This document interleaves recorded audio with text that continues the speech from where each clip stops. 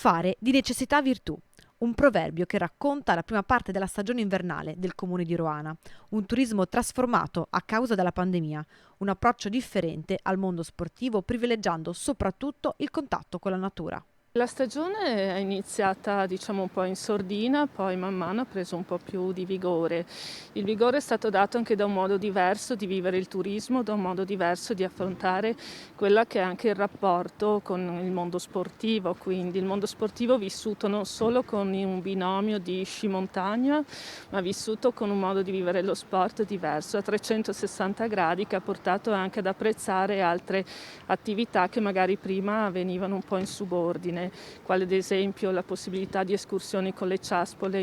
in posti più ampi, in posti più aperti, magari anche sconosciuti ai più, la possibilità di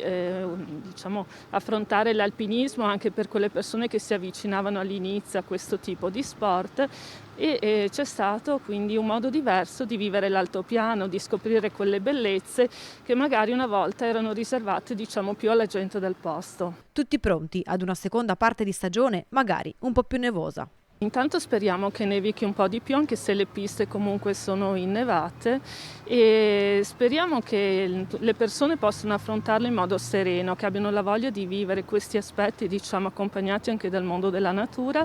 e dalla possibilità di stare negli spazi aperti, tenendo conto di quelle che sono anche le normative e quindi quella che è la legge che dovremo applicare di volta in volta in base a come andrà il Covid.